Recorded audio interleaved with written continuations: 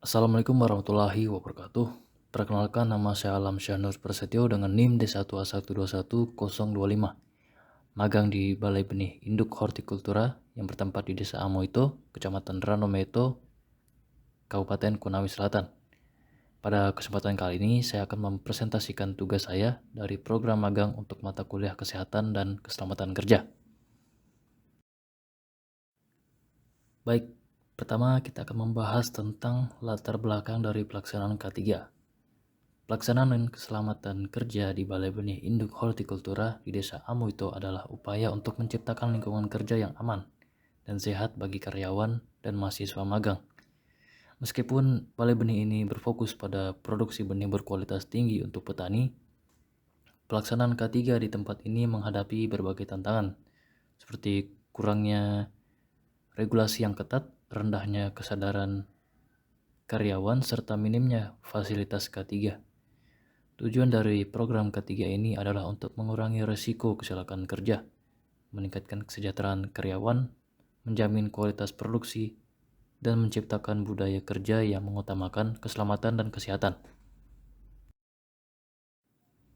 Meskipun pihak Balai Benih tidak secara eksplisit menginformasikan adanya risiko kecelakaan spesifik terkait aktivitas di tempat kerja, pengalaman menunjukkan bahwa terdapat beberapa potensi bahaya yang perlu diperhatikan. Beberapa risiko yang telah teridentifikasi meliputi risiko cedera fisik dan risiko kontaminasi.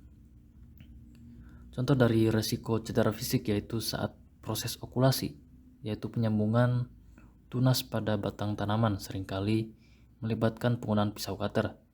Tanpa kehati-hatian yang memadai, okulator dapat tersayat pisau yang dapat menyebabkan cedera fisik. Selanjutnya, risiko kontaminasi. Contohnya saat melakukan subkultur tanaman di laboratorium. Tidak adanya penggunaan sarung tangan dan alat pelindung diri yang lengkap meningkatkan risiko kontaminasi terhadap tanaman yang sedang diproses. Kontaminasi dapat mengganggu kualitas dan kebersihan subkultur. Tidak hanya itu, risiko penyakit juga perlu diperhatikan. Jenis-jenis penyakit yang perlu diwaspadai yaitu stres dan kelelahan. Penyebabnya bisa dari beban kerja yang tinggi, kurangnya istirahat, dan tekanan untuk mencapai target produksi. Selanjutnya, penyakit pernafasan. Penyebabnya sendiri bisa dari paparan debu, serbuk sari, atau bahan kimia yang digunakan di laboratorium atau lapangan. Selanjutnya, dermatitis kontak. Salah satu penyebabnya yaitu paparan terhadap bahan kimia atau tanaman tertentu selama proses produksi benih. Dan yang terakhir, gangguan muskuloskeletal. Gangguan ini disebabkan oleh pekerjaan yang melibatkan aktivitas fisik berat, posisi tubuh yang tidak ergonomis, atau gerakan berulang seperti proses okulasi dan perawatan tanaman. Dapat menyebabkan nyeri punggung, nyeri leher, dan sindrom carpal tunnel. Selama menjalani program magang di UPTD BBH, saya mengamati bahwa tidak ada sarana dan prasarana kesehatan dan keselamatan kerja yang tersedia. Selain itu, peraturan dan kebijakan K3 juga tidak diterapkan atau tidak terlihat di tempat kerja. Hal ini menjadi perhatian khusus karena K3 sangat penting untuk memastikan keselamatan dan kesehatan pekerja di lingkungan kerja.